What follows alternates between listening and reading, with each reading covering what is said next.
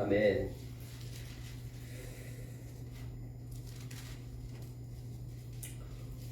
오늘 저희들이 레위기서 13장을 읽었습니다. 59장까지 긴 장을 읽었는데요. 나병에 대한 내용입니다. 여러분 레위기서가 1장부터 10장까지는 제사법에 대한 얘기가 기록이 됩니다. 그리고 11장부터 15장까지는 정결법에 대한 내용이 나옵니다.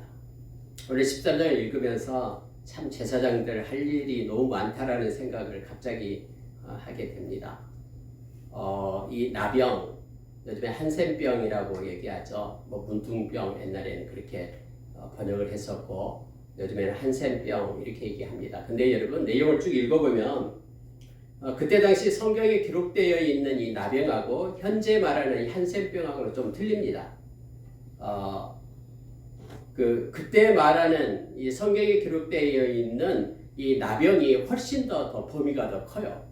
한센병을 다 포함해서 악성, 그다음 피부병까지 모두를 다 포함한 것이 몸을 비롯해서요. 포함한 것이 여기서 말하는 나병으로 되어 있습니다. 근데 왜 성경은 이처럼 나병이 들었을 때 가족과 같이 살지 못하고 성 바깥으로 나가게끔 그렇게 했습니다.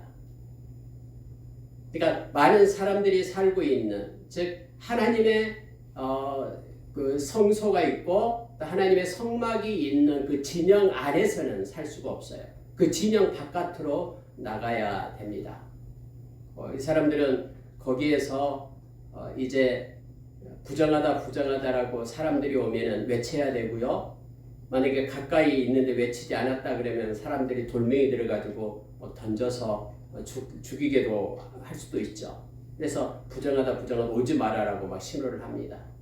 그때 당시 전염병으로 그렇게 여겨졌고요. 이렇게 격리를 해야 된다라고 생각을 했습니다.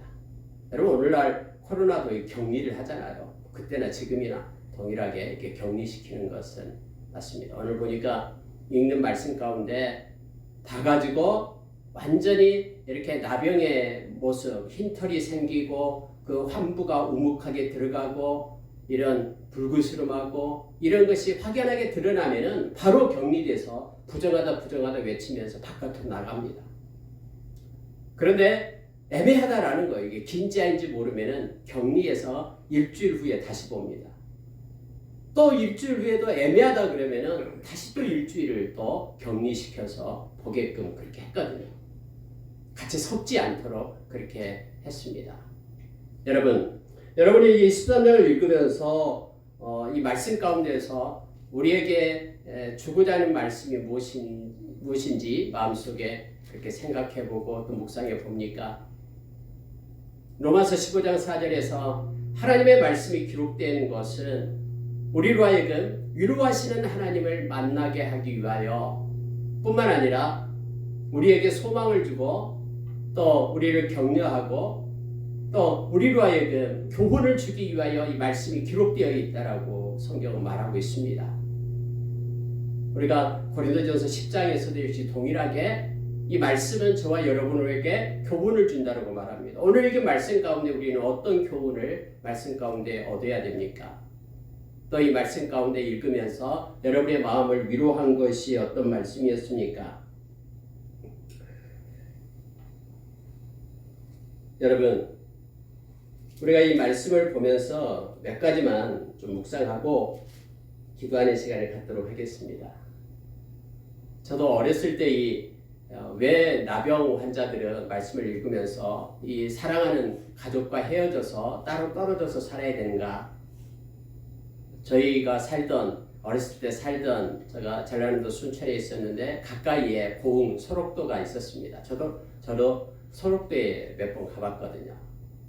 소록도에는 특히 양성 나병 환자들이 있었습니다. 진물이 나고 얼굴에 고름주머니가 달리고 이런 이들이 그곳에 소록도에 살았습니다. 그래서 그곳은 지금은 이제 다리가 낮았어요. 그런데 그때 당시에는 배를 타고 이렇게 들어가야 했습니다. 소록도를요. 저도 배 타고 들어가서 한번 본 적이 있었는데요. 그런데 여러분 날씨가 흐린 날에는 들어갈 수가 없었어요. 왜냐면은 이 햇빛 앞에 나병균이 햇빛이 쬐면은 이렇게 다 죽어버리고 활동하지 못한다라고 해서 햇빛이 쨍쨍한 날에는 들어갈 수가 있었는데 이렇게 햇빛이 없는 날에는 못 들어가게 막습니다. 또 여러분 그 순천하고 여수 사이에 우리가 잘 알고 있는 손양훈 목사님이 계셨던 애양원이 있었죠. 우리가 2년 전, 3년 전인가 우리가 남도 우리 교회에서 여행할 때 그 애양원에 들렸잖아요. 너무나 멋있잖아요. 지금은 잘 되어 있습니다. 그 애양원에는 그 음성 환자들이 있었습니다. 이미 고침을 받은 환자들. 거기에 저도 몇 번 갔습니다. 그들과 함께 큰 애양원 교회에서 함께 예배도 드리고 박수 치면서 하나님께 영광 돌렸던 적이 있습니다. 고등학교 때도 그랬고요. 그들은 손가락이 없어요. 대부분. 원래 나병이 감각이 없잖아요. 세수하다가 손가락이 다 빠져나가 버리고 그러잖아요. 귀도 없어졌고요. 코도 없어요. 뼈만 있고 구멍만 이렇게 뚫어져 있는 사람도 있고 막 그래요. 거기에서 제가 아직까지 마음 가운데 있는 것은 거기에 양 장로님이라고 그 장로님을 만났는데 그 장로님은 성경을 다 암기했다라고 했어요. 제가 확인을 안 해봤습니다. 나는. 그러면서 아침에 일어나면은 이 성경 암기하고 이것이 통독하고 하는 것이 일이라고 했습니다. 박수 칠 때 소리가 이런 소리가 안 나요. 손가락이 없기 때문에 이 소리가 나요. 그러면서도 하나님을 찬양하고 감사하며 하나님께 영광 돌리는 모습이 눈에 선합니다. 그것과 연관해서 여러분 이 13장을 우리가 보면서요. 그때 당시에 이 나병이 얼마나 그들이 이 나병을 가졌다 그러면 얼마나 어렵고 정말 힘들고 정말 사랑하는 자식도 부모 형제들과 떠나서 혼자 그렇게 살아야 되고 그런 모습들을 생각하면서 이 말씀을 잠깐 우리가 보기를 원합니다. 여러분 13절 한번 보십시오. 13절에 보면은 그가 진찰할 것이요 나병이 과연 그의 전신에 퍼졌으면 그 환자를 정하다 할지니 다 희어진 자인즉 정하거니와. 갑자기 다 부정하다 했는데 나병이 온 전신에 다 퍼져버렸고 모두가 다 희어졌다 그러면은 그는 부정하다 하지 않고 정하다 이렇게 성경은 기록되어 있음을 보게 됩니다. 환자의 전신 피부가 휘어지는 증상은 이제 나병이라는 병독이 바깥으로 다 빠져나가서 이제 환부에 딱지가 앉아서 딱지가 떨어진 상태를 나타낸다고 해서 이제는 치료가 되었다라는 뜻으로 정하다라고 표현을 합니다.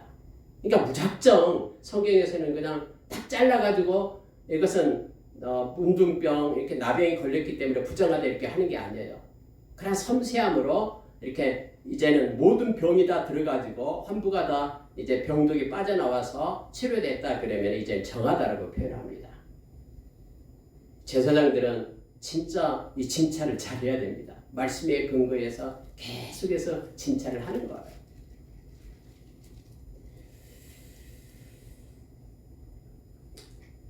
계속해서 여러분 13장을 보면은요, 일주일 동안 가두어둔다라는 표현이 많이 나옵니다. 일주일 동안 가두어둔다. 확실한 진단이 나올 때까지 환자의 환부 상태를 계속해서 세심하게 관찰하기 위해서 일주일 동안 이렇게 격리를 시키는 것이죠. 다른 사람에게 이 병이 옮겨지는 것을, 전염되는 것을 방지할 목적으로 그렇게 한 겁니다.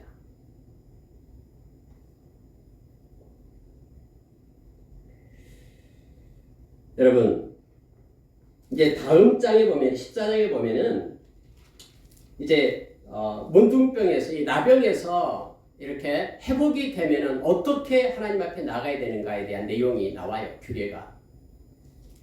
그런데 여러분, 문제는 뭐냐면은, 이 나병의 특징을 우리가 이 말씀을 읽으면서 좀 기억을 하기를 원합니다. 굉장히 전염이 강하죠. 전염병이기 때문에요.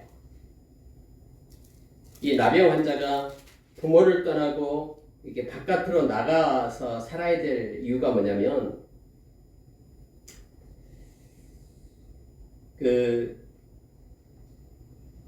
사람의 온전한 그런 모습 모습에서 나병이 걸리면 뭐 아까 얘기했던 귀도 없어지고 코도 없어지고 일그러진 모습을 가지게 되잖아요. 이 사람의 원래의 형상에서 일그러진 모습을 가지게 되는 것을 그때 당시에는 죄의 결과라고 생각을 했어요. 그래가지고 그러한 하나님의 그러한 진노 가운데 있기 때문에 그는 죄의 결과의 모습으로 일반 하나님의 임재가 있는 곳, 이 성 안에는, 즉 성막이 있는 그런 진영 안에서는 그들이 있을 수 없다 해서 진영 밖으로 나가게 했음을 성경은 가르쳐주고 있습니다. 특별히 나병은 감각이 사라지는 게 나병이잖아요. 오늘날 우리가 죄에 대해서 이렇게 민감하지 못하고 또 죄에 대해서 우리가 영적인 어떤 나병이 걸렸다, 문둥병이 걸렸다 그러면은 감각이 없어지는 것이 가장 큰 문제입니다. 그래서 이 말씀을 읽으면서 우리가 이걸 영적으로 접근해 보기를 원합니다. 만약에 여러분 어떤 죄의 모습이 있을 때 그것 때문에 슬퍼하거나 애통하거나 그런 마음이 사라졌다 그러면은 우리는 어쩌면은 영적인 문둥병에 나병에 걸려있는 상태인지 모릅니다. 이렇게 감각이 없어져 가지고 세수하다가도 손가락이 빠져나가고 그래서 모든 살 같은 거 뼈만 남기고 살은 다 썩어서 문드러지는 것이 나병이거든요. 온통 막 몸에 고름주머니가 달리고요. 우리가 영적으로 마음에 화인 맞아가지고 감각이 없어져가지고 성경에서 말한 죄에 대해서 민감하지 못하고 뿐만 아니라 우리의 감각이 사라져가지고 성령께서 인도하심을 우리가 깨닫지 못하고 그냥 아무런 감각 없이 이렇게 세상에 그냥 파도 치는 대로 물결 흘러가는 대로 세상 풍파에 그대로 내맡기진 채 움직이는 것은 영적 나병의 상태임을 우리가 깨닫기를 원합니다. 우리가 여러분 신약에 보면은 신약에도 문둥병자들이 굉장히 많았습니다. 뭐 왕 중에서도 이렇게 문둥병에 걸린 왕도 있고 했죠. 문둥병자가 예수님을 만났을 때, 나병 환자가 예수님을 만났을 때의 모습을 누가는 두 군데에서 우리에게 가르쳐 주는데요. 참 놀랍습니다. 누가는 5장에서 그리고 17장에서 두 군데에서 가르쳐 줍니다. 그리고 예수님을 만난 이 나병 환자들은 모두가 다 치유함을 받습니다. 오늘날도 동일하게 우리가 영적인 나병으로 감각이 사라지고 화인 맞은 양심에 대해서 그렇게 외식하면서 우리가 디모데전서 4장 2절 말씀처럼 그렇게 하나님께 민감하지 못하고 또 죄에 대해서 민감하지 못하고 그렇게 살았던 이들 필요하고 해결할 수 있는 방법이 뭐냐 그러면 주님을 만나는 것밖에 없습니다. 주님을 만날 때 예수님의 보혈로 인하여 우리의 무뎌진 영적 감각이 이제는 치유되고 회복되고 살아나게 됨을 알게 됩니다. 우리가 애통할 수 있다라는 것은 이제 치유되고 있다라는 것입니다. 자, 여러분 45절을 한번 보시기 바랍니다. 만약에 제사장이 이제는 나병 환자다라고 부정하다라고 말하면은 나병 환자는 옷을 찢습니다. 그리고 머리를 풀어서 해칩니다. 슬픔을 나타내는 것입니다. 웃입술을 가립니다. 아랫입술이 아니라 웃입술을 이렇게 가려요. 그리고 외쳐야 됩니다. 부정하다, 부정하다, 부정하다. 탐해, 탐해, 탐해. 히브리어로 탐해, 탐해, 탐해를 막 울면서 외치는 것이죠. 그리고 병이 치유되지 않는 순간에는 진영 밖으로 나가서 살아야 된다. 혼자 살되 진영 밖에서 살지니라 라고 되어 있음을 보게 됩니다.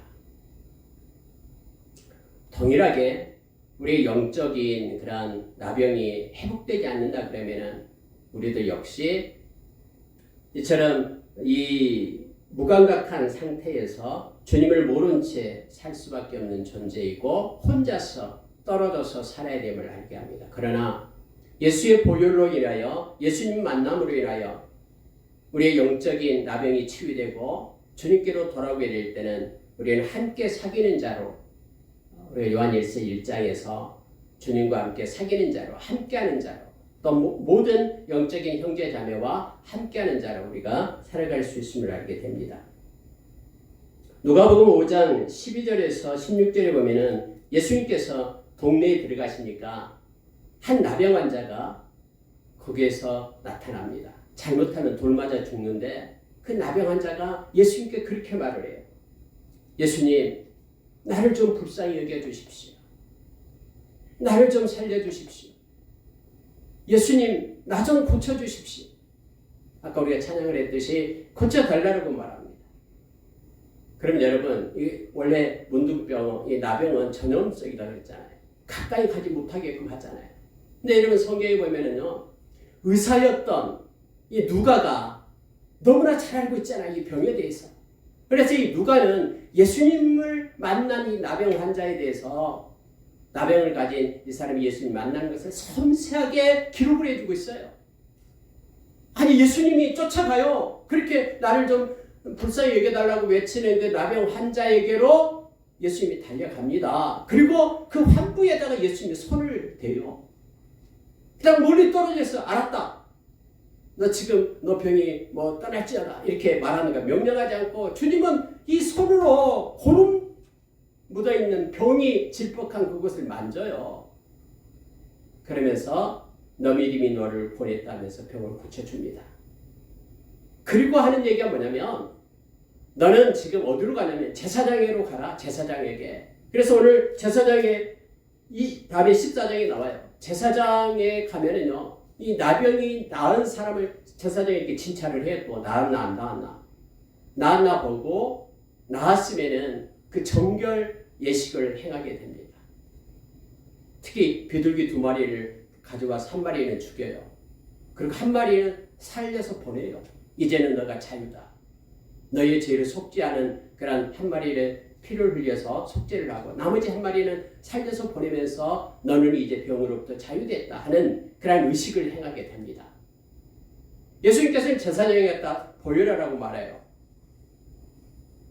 여러분 또 하나의 사건이 나오는데요. 그러니까 예수님을 만나면은 우리의 육적인 것이든 영적인 것이든 예수님을 통해서 우리에게 치유가 됨을 알게 됩니다. 의사였던 누가는 17장 11절에서 19절에 보면은 이제 두 번째로 누가복음에 이 나병 환자를 만나는 예수님의 모습을 그리고 있어요. 5장에서는 예수님의 긍휼을 조명해서 섬세하게 예수님께서 그 환부를 만지면서 고치시는 그 예수님의 모습을 나타내 주었다면 17장에서는 이제 감사에 대한 말씀을 나누고 우리에게 가르치고 있음을 보게 됩니다. 거기는 이 문둥병자들이 10명이나 있었습니다. 모여서 살았어요. 뭐 그들끼리. 예수님이 지나가는 거 보고 가까이 못 오고 멀리 서서 막 큰 소리로 외칩니다. 다윗의 자손이여 우리를 불쌍히 여겨달라고 큰 소리로 멀리서 막 모여서 외치는 거예요.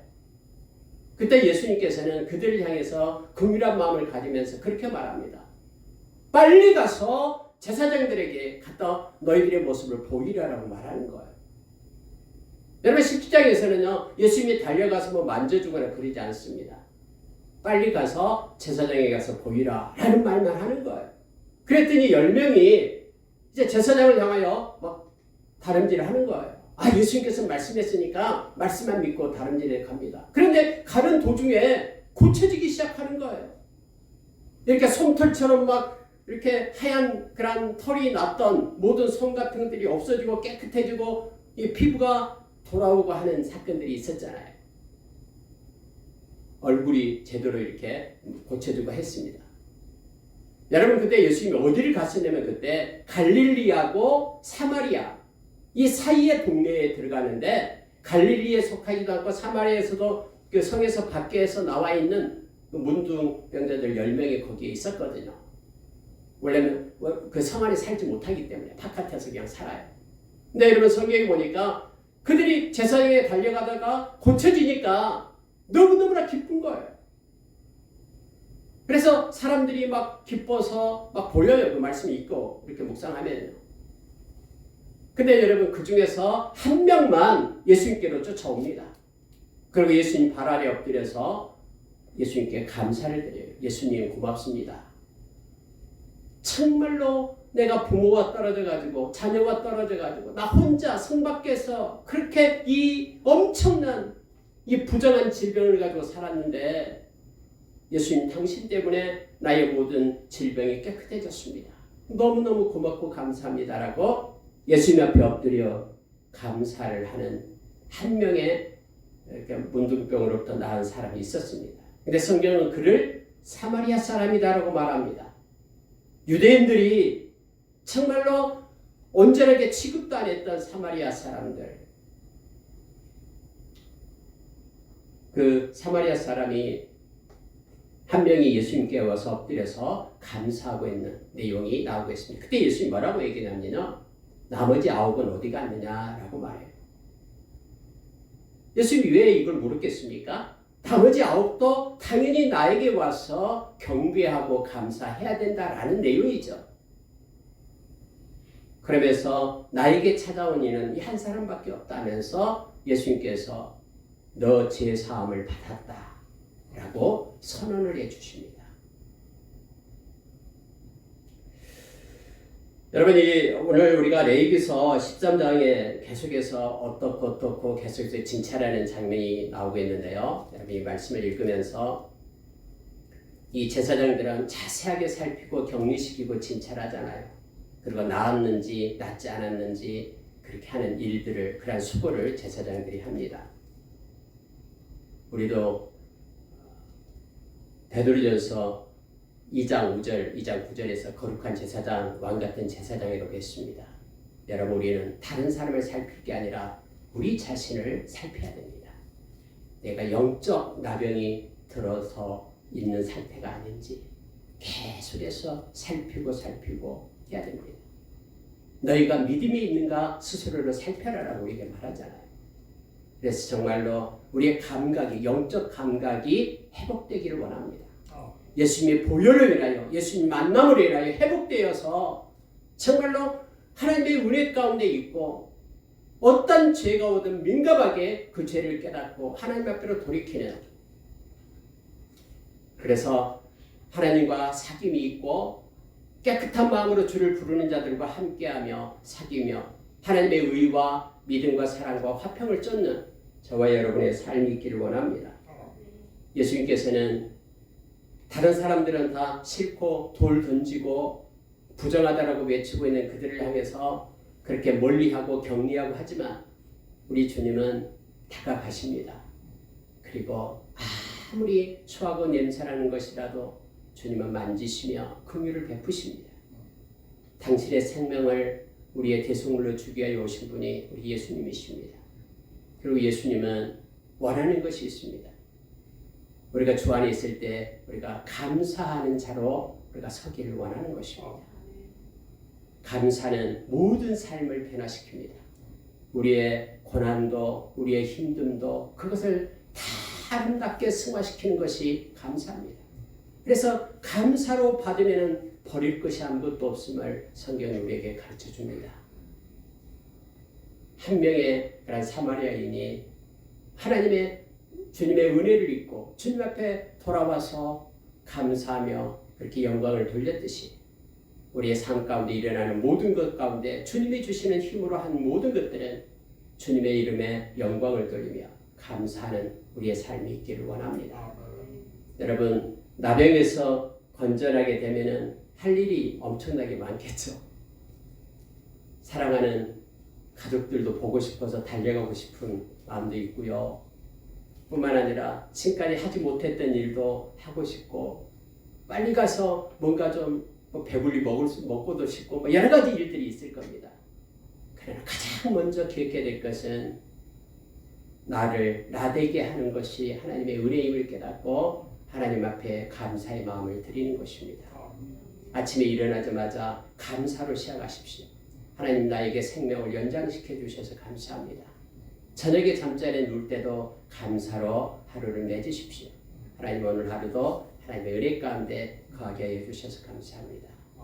늘 이런 하나님 앞에 하나님이 주신 것에 대해서 감사하며 살아갈 때에 우리는 더욱더 하나님께 가까이 가고 민감해지는, 영적으로 민감해지는 사람들이 될 겁니다. 말씀을 마치겠습니다.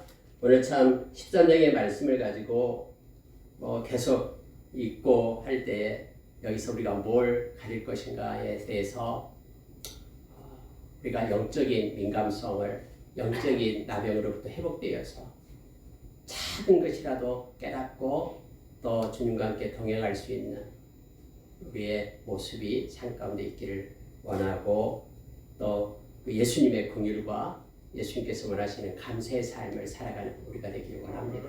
함께 기도하겠습니다.